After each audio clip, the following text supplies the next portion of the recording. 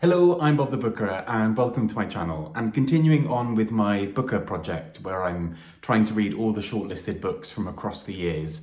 Here is 1995 and I'm excited to be kind of getting closer and closer towards the end of this project. It's wild that it's still coming up so close, but we shall see. Also, I'm somewhere slightly different, so apologies for the slightly echoey audio on this and for the beard.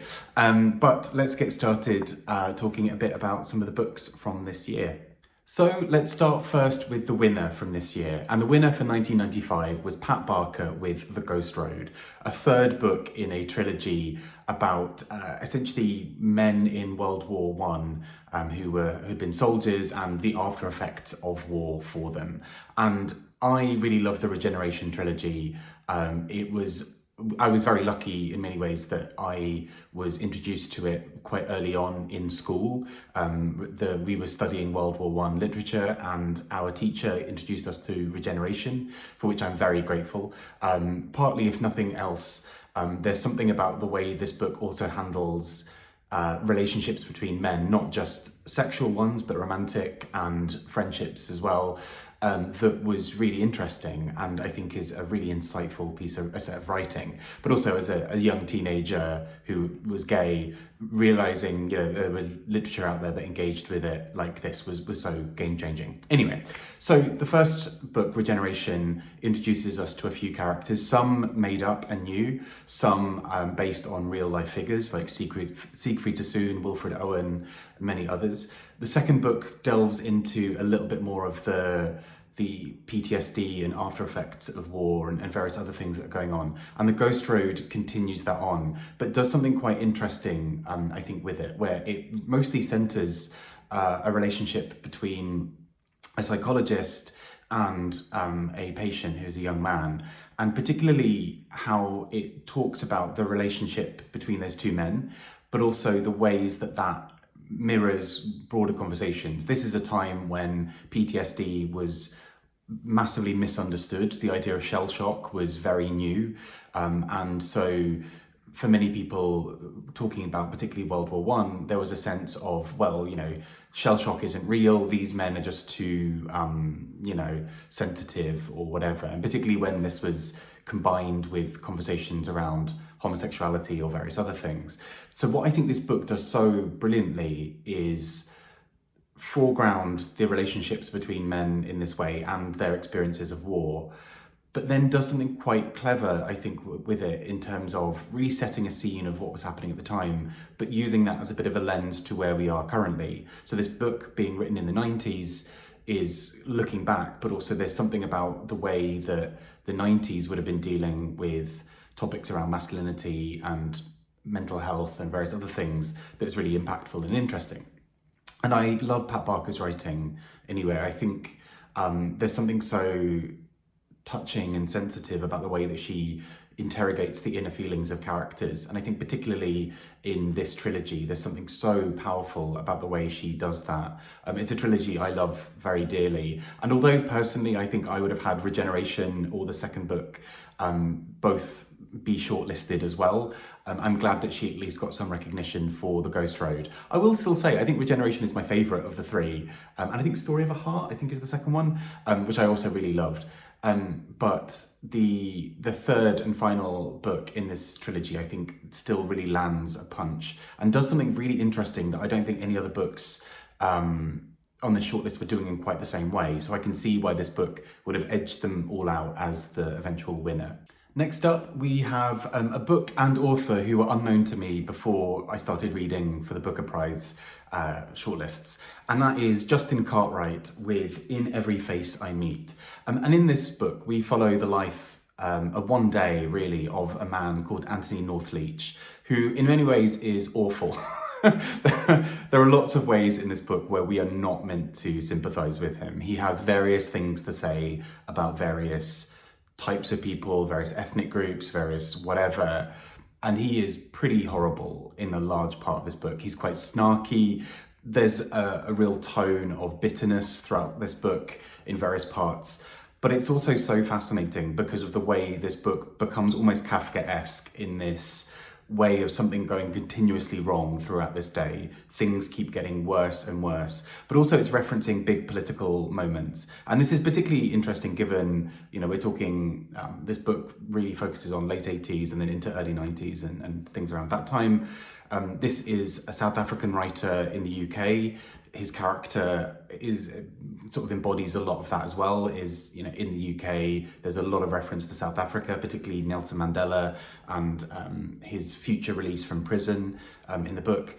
But what then spirals out of this is this wild, almost adventure, but not quite, where he is accused quite early on of some things and everything else just keeps going wrong. He is an awful, awful man in many ways. But equally, in the way the book is positioned, we don't really hate him. Well, we do, but we enjoy hating him, I should say. There's something redeeming in the narrative that we're not just inside the head of someone awful, we are watching a whole set of things play out. And in many ways it also feels like some kind of commentary on the time, because this is a very politically charged time in terms of the world and what's going on. There are lots of references to a more selfish identity in, for example, the UK around politics, and a sort of a skewering of like a Thatcherite politics. There are many other things that come into this book that play around with this. But what we're really watching is just one man's downfall that keeps getting worse and worse and ends in a very Kafkaesque way as well. Without spoiling anything, this book in many ways feels like a kind of a knowing nod to The Trial by Kafka, but with a lot of UK and South African politics thrown in. And I found this really quite engaging. I knew nothing really of what to expect about this book going in. And I did spend most of it, or almost all of it, hating this character and finding him really unnerving. But it's also very funny as a book, because we are, to some degree, watching someone who we don't like being set up to have these things happen to him, and he'll make these offhand comments that are terrible. He'll say something anti-Semitic, or he'll say something really disparaging about women, or whatever in this book. But I think narratively we're meant to understand that he is awful, and that the narrator, the author doesn't agree with this, but the character is a stand-in for a set of politics or a set of views of a time. And so I found him a really interesting character to sort of hate or to dislike strongly throughout the narrative. It's really interestingly written and quite funny at times, but also can be quite a challenge because of that sort of nature of what's going on in it. But it does feel like a really intentional skewering of something that was happening around the time. Next up, we have Salman Rushdie with The Moor's Last Sigh. And Salman Rushdie is no stranger to the Booker Prize being both a winner and having been nominated, I think shortlisted now 6 times, I think it has been, or 5 at least. But yeah, he appears a lot in the shortlists, and you can kind of see why with something like this. And in many ways, this is a book that plays around with some similar ideas to the last book I mentioned, in that it takes real world political events and figures and does something around them, in the same way actually that we see quite a lot in the Pat Barker book as well. And so what we get is a book that feels both like social commentary and sort of realism, but mixed in with this more fable-like element. So there's a character who is aging much faster than other people around him, and that serves as a bit of a conduit for talking about various other things that are going on in the narrative. And so this feels in many ways like this big, elaborate, luscious fable of a narrative, but then it's peppered with these very real things, these real moments, these real people, that sort of sets it off in this interesting way that I think Rushdie is a real master at. There's something about the way that he will write something that feels both like you are listening to your grandparents tell you a story, this sort of fable, this made up thing, but also at the same time that he's injecting these very real world things into them. And so what we see really as we follow the narrative is the way that this seeming fable that's unreal continues to pepper in these very real things, but equally at the same time we're watching as this character is obsessed with has these various women in his life who are in many ways narrating other parts of the story. And so I found it really deeply fascinating. But I think this book also does something really quite interesting here in terms of reimagining or recontextualizing parts of history. Because as the title alludes to with Moor, although it's based on a character's name in the book, it's a sort of nickname for the character, it is also a reference to various parts of history and art. And so the Moorish people, it talks a lot about southern Spain and Granada.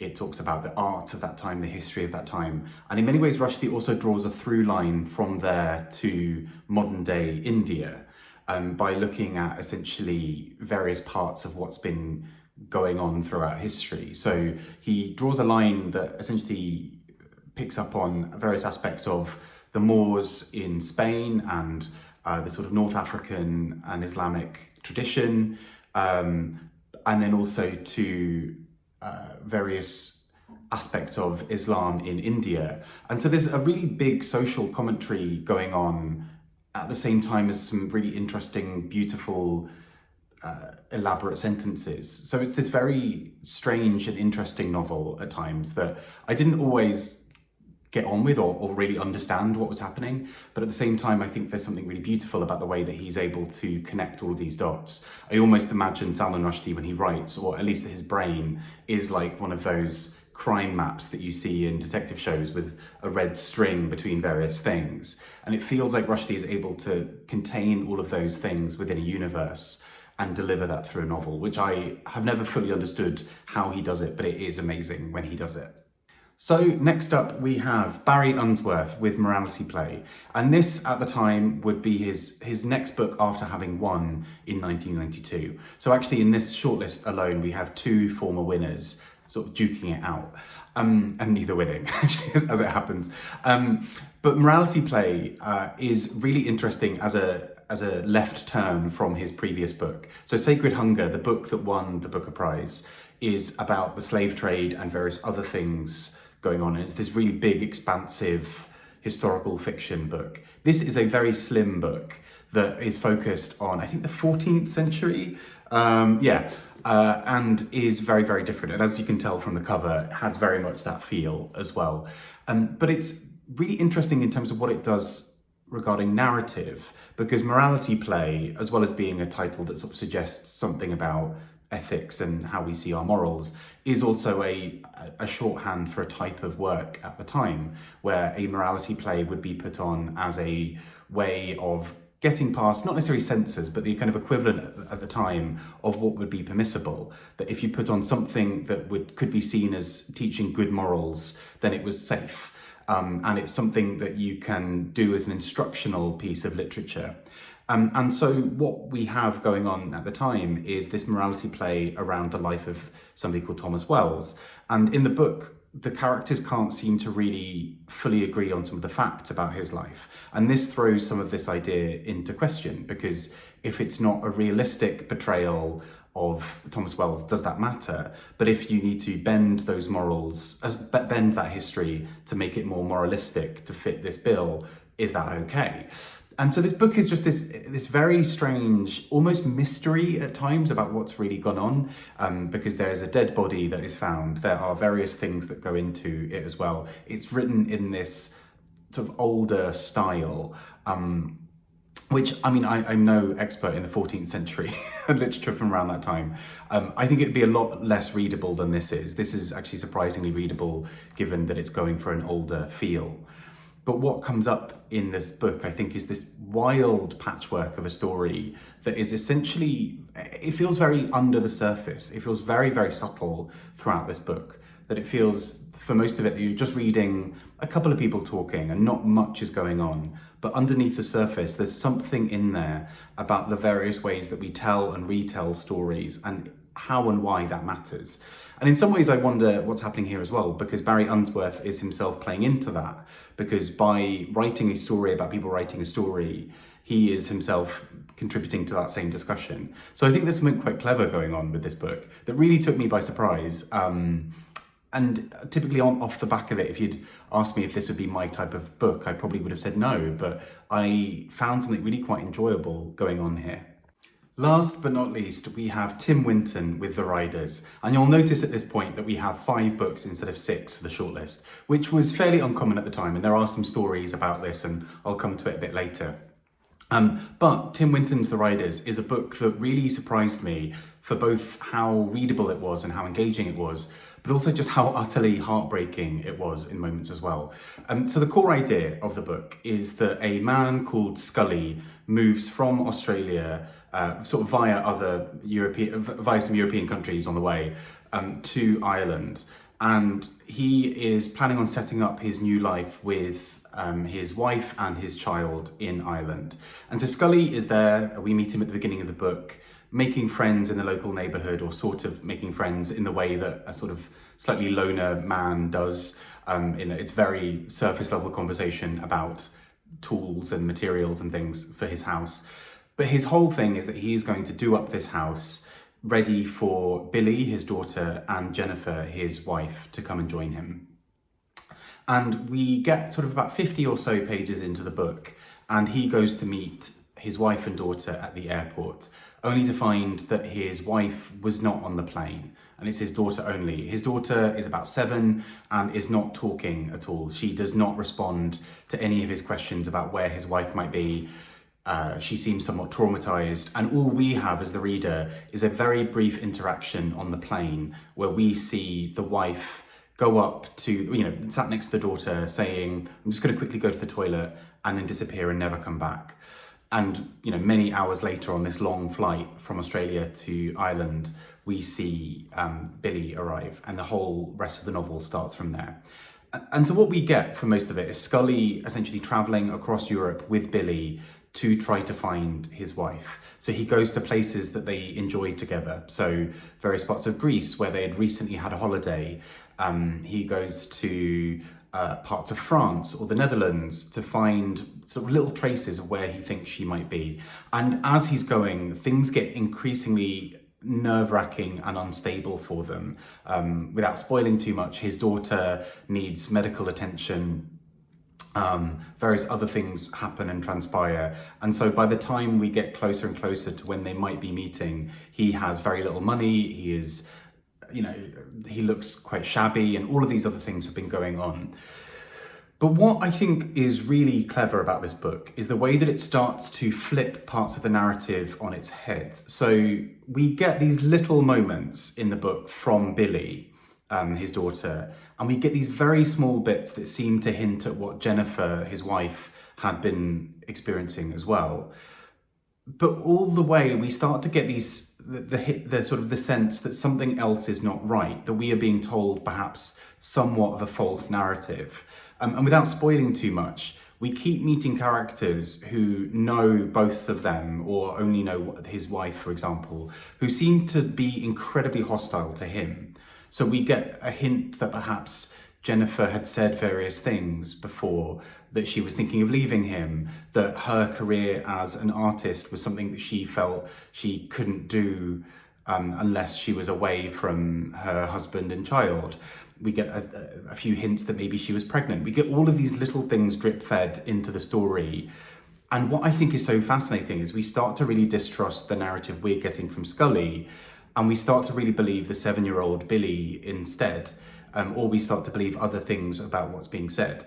And so he, throughout the book, is positioning this essentially as him being somewhat misunderstood, or him being completely baffled at why his wife has left. And some characters in the book seem to share that confusion. Others seem a lot less confused, and that, as a reader, allows us some space to do some quite interesting things of trying to really comb every sentence, really read between every line to understand what's really going on here. And without spoiling things about how this book ends, there's a really clever way that this book plays with expectations and ideas towards the end of this book that I think is really fascinating. I finished the last page and felt cheated at one point, or felt like something had gone wrong, or that I'd misunderstood something. And then I stepped back and thought about it, and in many ways this is genius. So I really loved this. I thought this was such a clever piece of writing. I feel like I've spoiled quite a lot potentially in what I've just said, but I think this book stands up well to having a really deep read of it. because there's so much that's going on between these lines that I don't think it's ever clarified. I don't think we're ever given a full answer at the end of the book, but there are many conclusions that we can draw, I think, from what we've seen.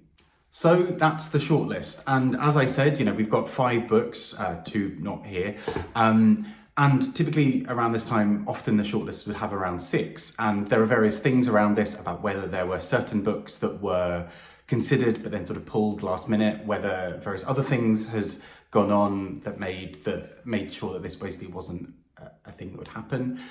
But it's always quite interesting when there's a slight nudge to the numbers like this, because something I'm finding from my own prize reading is, although you may have a long list of a certain number or a short list of a certain number, in your heart of hearts, you have a few that you think are perhaps the top ones. And that's not to say the other books aren't good, but those are the books that you were maybe, all of them could win, right? But like there are maybe some books that naturally the judging panel come together more on. And so that's something I find really interesting with a shortlist of 5, because it may well be that they thought, well, actually there's a 6th book, none of us can really agree on it. So 5 feels about right. And actually, interestingly, I think with this, there were many books that could have been really solid choices around this time. If I'm not mistaken, timing-wise, The Blue Flower by Penelope Fitzgerald would have been one of them. And I'd have loved to have seen that. Also would have made a 3rd winner on this shortlist. But I think there are so many books that could have filled that space. So it's interesting now, with the benefit of hindsight, to think, well, all of these books were eligible and have gone on to be well regarded in other ways, but actually for the judges at the time, maybe those didn't cut through in quite the same way as the 5 that did. So anyway, that's those. But I think coming together with all of this, I think, as you can tell, there are a fair few books on this shortlist that I really greatly enjoyed. I think my personal favourites, my choice for the win, would have probably been The Riders by Tim Winton, just because I think this is so exceptionally done in terms of the layers of narrative and the ways that we are trained to be distrustful in this book, but also to be incredibly trustful. And I think that's really quite special and very astutely done throughout this book. I will also say The Ghost Road by Pat Barker, I think is a fantastic winner as part of this. It's weird for me personally, I think I actually prefer the other 2 books in the trilogy. And it's always a difficult thing when it comes to books in series about how eligible they really should be.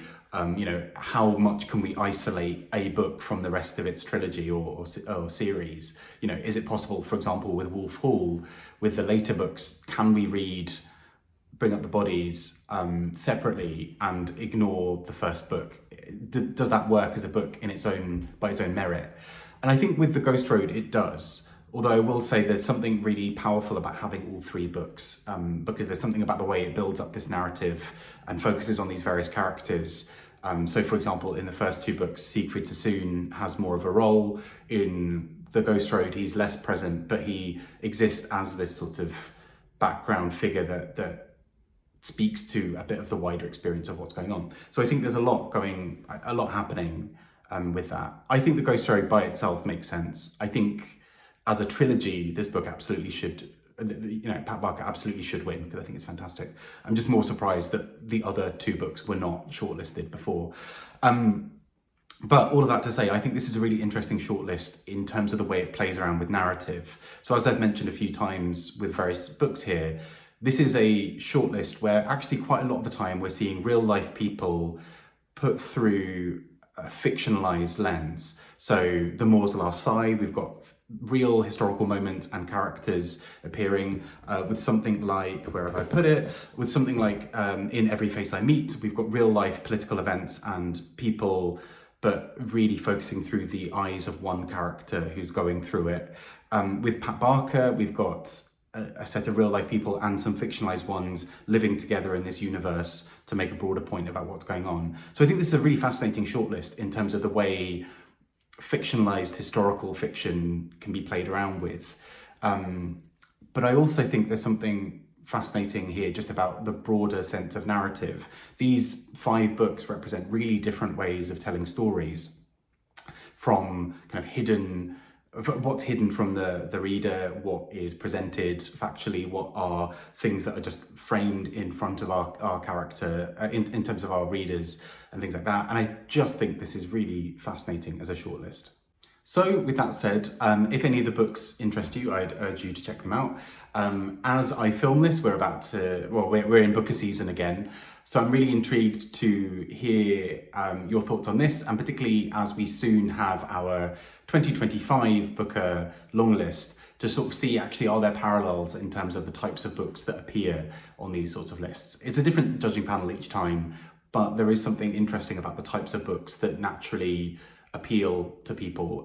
So yeah, really interesting with this. I'm getting increasingly close to finishing the Booker-shortlist project, which is wild, because I started it about 5 years ago and I'm almost not ready for it to be over, but also very ready for it to be over.